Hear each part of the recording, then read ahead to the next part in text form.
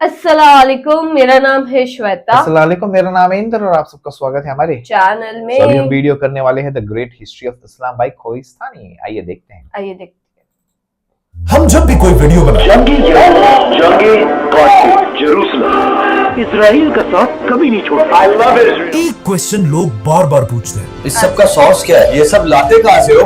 कोहिस्तानी भाई, इसका सोर्स क्या है? कि आखिर हमारी इन सारी बातों का सोर्स क्या है। अच्छा, ये है हमारा सोर्स, बल्कि ये सिर्फ हमारा नहीं, पूरी इस्लामिक हिस्ट्री का सोर्स यही किताबें हैं। तारीख तबरी, इब्ने असीर, इब्ने कसीर और इब्ने खल्दून और भी बहुत सारी किताबें। पूरी दुनिया में ऑलमोस्ट इन्हीं किताबों को इस्लाम की हिस्ट्री समझा जाता है। लेकिन मेरे ख्याल में इससे भी बड़ा क्वेश्चन ये होना चाहिए कि आखिर इस्लाम की हिस्ट्री के इन किताबों का सोर्स क्या है, और ये सारी बड़ी बड़ी बुक्स आखिर आई कहां से। इन बुक्स और इनके लिखने वाले स्कॉलर्स की स्टोरी बहुत ही इंटरेस्टिंग है। अच्छा।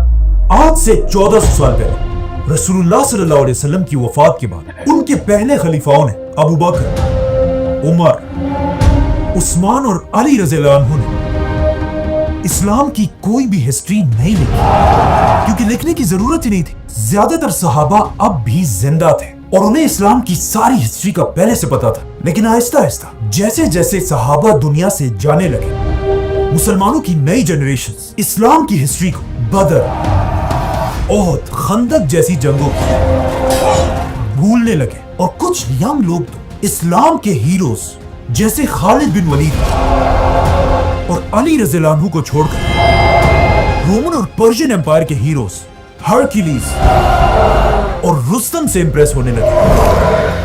अब इस यंग जनरेशन को इस्लाम के हीरोज की याद दिलाने के लिए पहली बार मुसलमानों के एक बहुत बड़े खलीफा ने काम शुरू किया, जिनका नाम था उमर बिन अब्दुल अजीज। उमर बिन अब्दुल अजीज ने खलीफा बनते उस जमाने के एक बहुत बड़े स्कॉलर इब्ने शहाब अज़-ज़ुहरी को अपने पास बुलाया और उन्हें हुक्म दिया कि मेरी इस खिलाफत में मुसलमानों को रसूलुल्लाह सल्लल्लाहु अलैहि वसल्लम की जिंदगी के बारे में हर जगह जाकर लेक्चर्स दो। अब उमर बिन अब्दुल अजीज के जमाने में दुनिया के आखिरी कुछ ही सहाबी जिंदा थे, तो इब्ने शहाब ने उनसे रसूलुल्लाह सल्लल्लाहु अलैहि वसल्लम की जिंदगी के बारे में सीखा और उसे आगे अपने स्टूडेंट्स को सिखाने लगे, ताकि कहीं ऐसा ना हो कि आने वाले मुसलमान हमारे इन ग्रेट हीरोज को भूल जाए। और इनके इन्हीं में से दो स्टूडेंट्स को आज पूरी दुनिया जानती है, इब्ने इसहाक और इमाम मालिक। जिसके बाद इब्ने शहाब ने इस्लाम की तारीख की सबसे पहली किताब लिखी।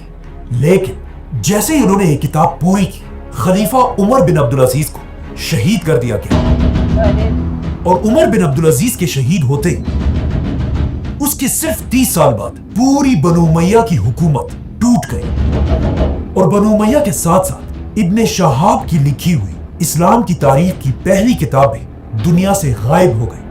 अब बनु उमैया की खिलाफत तो दुनिया से खत्म हो गई, लेकिन उसके बाद दुनिया में एक नई खिलाफत शुरू हुई, अब्बासी खिलाफत।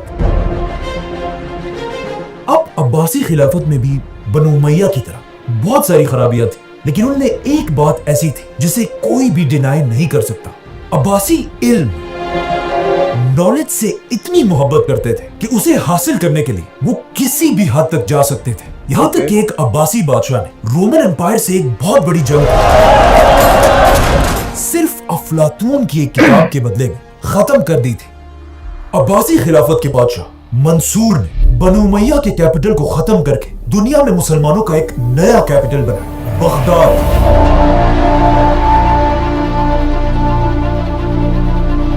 और उसके अंदर उसने दुनिया की सबसे बड़ी लाइब्रेरी बनाई, जिसे आगे जाकर बैतुल हिकमा, हाउस ऑफ विजडम का नाम मिला।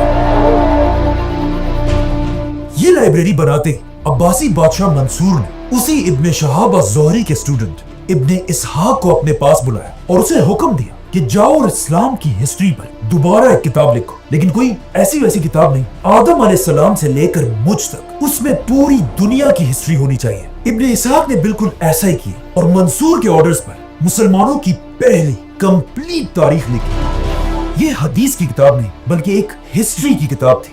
लेकिन आज इब्ने इसहाक की ये इंपॉर्टेंट बुक भी दुनिया से गायब हो चुकी है। लेकिन अब क्वेश्चन ये है कि आखिर क्यों ये सारी किताबें दुनिया से गायब हो रही थी? क्योंकि अब तक मुसलमानों को पेपर की टेक्नोलॉजी का पता नहीं था और ये सारी किताबें पुराने जमाने के एक बहुत ही महंगे मटेरियल पपायरस पर लिखी जाती थी, जिसे मुसलमान इन छोटे छोटे पत्तों को मिलाकर बनाते थे, जो पेपर के मुकाबले में एक बहुत ही मुश्किल काम था। पेपर की टेक्नोलॉजी उस जमाने में दुनिया के सिर्फ एक ही मुल्क में थी, मुसलमानों की खिलाफत से बहुत दूर, चाइना।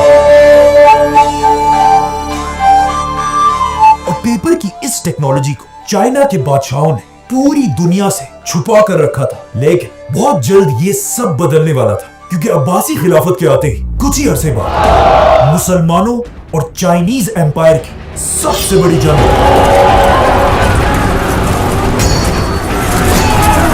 जिसमें मुसलमानों की फौज ने आसानी से पूरी चाइनीज फौज को क्रश कर दिया और हजारों चाइनीज सोल्जर्स को अपना कैदी बना लिया। अब कहा जाता है इन्हीं चाइनीज कैदियों में कुछ लोग ऐसे थे जिन्हें पेपर बनाने की टेक्नोलॉजी का अच्छी तरह पता था, और यहां से मुसलमान पहली बार इन चाइनीज कैदियों से पेपर बनाने की टेक्नोलॉजी सीखने लगे। लेकिन पहले मुसलमानों को इसकी इंपॉर्टेंस का इतना पता नहीं था। लेकिन फिर आखिर अब्बासी खिलाफत का सबसे बड़ा बादशाह आया, जिसका नाम था हारून रशीद। और हारून रशीद को पेपर की टेक्नोलॉजी की ताकत का अच्छी तरह पता था, इसीलिए उसने बगदाद में दुनिया की सबसे बड़ी पेपर बनाने की फैक्ट्री बनाई, जिसके साथ ही दुनिया में एक नया दौर शुरू हुआ, जिसे आज तक लोग याद करते हैं, इस्लामिक गोल्डन एज। हारून रशीद ने हाउस ऑफ विजडम के बिल्कुल पास दुनिया की सबसे बड़ी पेपर की फैक्ट्री बनाई, जहां पानी की मशीन से डेली हजारों पेपर्स बनाए जाते थे। ये दुनिया की सबसे बड़ी पेपर फैक्ट्री थी, और ये इतनी बड़ी बात थी कि यूरोप में पहली पेपर की फैक्ट्री मुसलमानों से 300 साल बाद बनाई गई थी। अब इसी पेपर की टेक्नोलॉजी की वजह से किताबें गायब होने की टेंशन खत्म हो चुकी थी, क्योंकि जो भी किताब हाउस ऑफ विजडम में लिखी जाती थी उसे इसी पेपर मार्केट में कॉपी कर करके पूरी दुनिया में फैलाया जाता था। इसीलिए इस्लामिक गोल्डन एज में हर तरफ स्कॉलर्स हजारों किताबें लिखने लगे, जिनमें से बहुत सारे आज तक दुनिया में मौजूद हैं। और कहा जाता है उस जमाने में स्कॉलर्स की इतनी इज्जत होती थी जितनी आज रोनाल्डो या मेसी की होती है।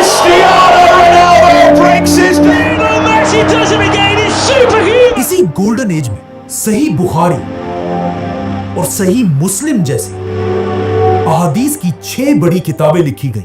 लेकिन अब भी एक बहुत बड़ा मसला यह था कि इब्ने इसहाक की किताब गायब होने की वजह से इस्लाम की हिस्ट्री पर कंप्लीट कोई भी किताब नहीं थी। तो अब ये देखकर उसी इब्ने इसहाक के स्टूडेंट इब्ने हिशाम ने दोबारा एक बार फिर इस्लाम की हिस्ट्री पर किताब लिखी, और पेपर की टेक्नोलॉजी की वजह से इब्ने हिशाम की ये किताब आज तक हमारे पास पड़ी हुई है।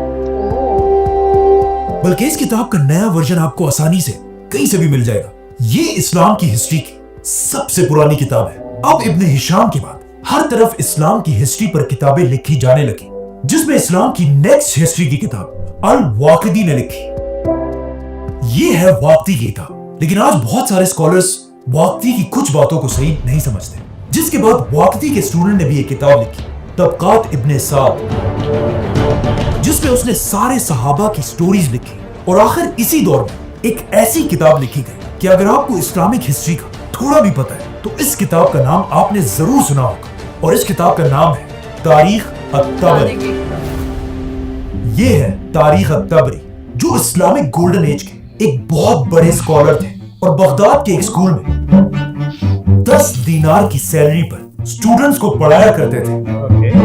लेकिन ऐसा ऐसा जब लोगों को इमाम तबरी की इंटेलिजेंस का पता चला, कहा जाता है एक बार उनके स्कूल ने खुश होकर उनके सामने गोल्ड दीनार्स का एक खजाना रखा। लेकिन इमाम तबरी ने उससे सिर्फ अपने 10 दीनार उठाए और कहा यही मेरी तनख्वाह है, इससे ज्यादा मैं एक पैसा भी नहीं लूंगा। तबरी ने अपनी इस किताब में आदम अलैहिस्सलाम से लेकर अब्बासी खिलाफत के सारे हालात लिखे हैं। इनके अलावा और भी बहुत सारे स्कॉलर्स थे, लेकिन यहाँ हम सिर्फ उन्हें डिस्कस कर रहे हैं जिन्होंने इस्लाम की हिस्ट्री पर बड़ी बड़ी किताबें लिखी हैं। तारीख तबरी अब्बासी खिलाफत की आखिरी बड़ी किताब थी, क्योंकि इसके बाद अब्बासी खिलाफत आहिस्ता आहिस्ता कमजोर होने लगी। आखिर आहिस्ता आहिस्ता मुसलमान इतने कमजोर हो गए कि इसका सबसे बड़ा फायदा यूरोप के पोप ने उठाया और यूरोप के क्रिश्चियंस को जमा करके मुसलमानों के फलस्तीन पर हमला कर दिया और जेरूसलम पर कब्जा कर लिया। लेकिन फलस्तीन खो देने के बाद भी बिल्कुल आज की तरह मुसलमान लीडर्स को कोई परवाह नहीं थी। फलस्तीन दोबारा फतह करने का ख्वाब मुसलमान बादशाहों से ज्यादा उस जमाने के स्कॉलर्स के दिलों में था, जिसमें सबसे बड़े स्कॉलर का नाम था इमाम इब्ने अस्साकिर, जो इतने बड़े स्कॉलर थे कि उनकी सिर्फ एक किताब के 70 वॉल्यूम्स हैं। इमाम इब्ने अस्साकिर दमिश्क के स्टूडेंट्स को इस्लाम की हिस्ट्री सिखाया करते थे और उन्हें बताते रहते थे कि एक दिन मुसलमान फलस्तीन दोबारा जरूर फतह करेंगे। इमाम इब्ने अस्साकिर के इन्हीं स्टूडेंट्स में से एक ने आगे जाकर फलस्तीन फतह भी किया, जिसका नाम था सलाहुद्दीन अय्यूबी, जो 2 लाख की फौज लेकर फलस्तीन को दोबारा फतह करने के लिए रवाना हुआ। बाय द वे, जब सलाहुद्दीन फलस्तीन की तरफ जा रहे थे, उसी दौर के बगदाद में एक बहुत ही अजीब किताब लिखी गई, जिसका नाम था फज़ाइल यजीद। इस किताब में यजीद को इस्लाम के एक बहुत बड़े हीरो की तरह प्रेजेंट किया गया था और ऐसा दिखाया गया था कि यजीद से ज्यादा नेक इंसान तो कोई है ही नहीं। और ये किताब इतनी फेमस हुई कि कुछ मुसलमान वाकई में यजीद को इस्लाम का हीरो मानने लगे। लेकिन जैसे ही इस किताब की खबर उस वक्त के सबसे बड़े सुन्नी आलिम इमाम इब्ने जोजी तक पहुंची, वो इस बात से डरने लगे कि कहीं ऐसा ना कि आगे जाकर मुसलमान यजीद को इस्लाम का हीरो मानने लगे। जिसके बाद इमाम इब्ने जोजी ने यजीद की हकीकत दुनिया के सामने रखने के लिए अपनी एक बहुत बड़ी किताब लिखी और यजीद को हमेशा के लिए एक्सपोज कर दिया। अब जब यहाँ ये सब हो रहा था, वहां सलाहुद्दीन अय्यूबी ने आखिर पूरे फलस्तीन को फतह कर लिया और मस्जिद अक्सा पर इस्लाम का झंडा लहराया, जिसकी वजह से आज तक सलाहुद्दीन को पूरी दुनिया याद करती है। Warrior Saladin conquered the Crusaders. अब सलाहुद्दीन की इस फौज में भी एक बहुत बड़े स्कॉलर थे, इमाम इब्ने असीर, जिन्होंने लड़ने के साथ साथ इस्लाम की हिस्ट्री पर एक बहुत बड़ी किताब लिखी थी। और ये है उनकी किताब, जिसमें उन्होंने सलाहुद्दीन की जंगों के साथ साथ इंडिया पर हमला करने वाले पहले मुसलमान बादशाह की कहानी भी लिखी, सुल्तान शहाबुद्दीन गौरी। मतलब इब्ने असीर के दौर में मुसलमान फलस्तीन, इंडिया, हर तरफ सिर्फ जीत रहे थे। लेकिन इस किताब के बिल्कुल आखिर में मुसलमानों की असल तबाही का वक्त शुरू होता है और मुसलमानों को तबाह करने वाले बादशाह का नाम था चंगेज खान। सलाहुद्दीन अय्यूबी के कुछ ही अरसे बाद चंगेज खान मंगोलिया से मुसलमान इलाकों की तरफ बढ़ने लगा और एक एक करके हर मुसलमान सिटी को जलाने लगा। और ये इलाके फतह करते करते आखिर चंगेज खान का पोता Hulagu Khan Islamic golden age के सेंटर बगदाद तक पहुंचा। कहा जाता है इस वक्त इस्लामिक गोल्डन एज इतनी खराब हो चुकी थी कि लोग साइंस और नॉलेज को छोड़कर एक दूसरे के साथ अजीब अजीब बातों पर बहस करते थे। मतलब जब हलाकू खान तेजी से बगदाद की तरफ बढ़ रहा था, बगदाद के अंदर मुसलमानों की ये बहस चल रही थी कि एक सुई की नोक पर कितने फरिश्ते बैठ सकते हैं। हजरत ईसा अलैहिस्सलाम कैसी रोटी खाया करते थे, और ऑफ कोर्स शिया सुन्नी की आपस की बहस। और जब मुसलमान आपस में इन बहसों में बिजी थे, हलाकू खान की फौज बगदाद में दाखिल हुई और शिया सुन्नी को देखे बगैर सबको मुसलमान समझकर सबकी गर्दनें उड़ा दी। कहा जाता है हलाकू खान ने बगदाद में इतने मुसलमान मारे थे कि बगदाद के दरिया का कलर मुसलमानों के खून की वजह से कई दिनों तक बिल्कुल रेड था। और आखिर सबको मारने के बाद हलाकू खान की फौज दुनिया की सबसे बड़ी लाइब्रेरी हाउस ऑफ विजडम के दरवाजे तक पहुंची और उसे आग लगाकर उसकी सारी किताबों को दरिया में फेंक दिया। और ये इतनी ज्यादा किताबें थी कि इन किताबों की इंक की वजह से अब बगदाद का दरिया रेड के बजाय कई दिनों तक ब्लैक कलर का हो गया। और फिर हलाकू खान ने बगदाद की सारी पेपर बनाने की फैक्ट्रियों को आग लगा दी और इस तरह इस्लामिक गोल्डन एज खत्म हो गई और मुसलमानों की 400 साल की मेहनत बगदाद के दरिया में बह गई। और मुसलमान इतने कमजोर हुए कि मुसलमान स्कॉलर्स के पास भी लिखने के लिए पेपर भी नहीं था, जिसकी वजह से मुसलमान पहली बार यूरोप से पेपर मंगवाने लगे, जिससे यूरोप में पेपर की प्रोडक्शन आसमान तक चली गई और पहली बार यूरोप के क्रिश्चियंस मुसलमानों से ज्यादा पेपर बनाने लगे।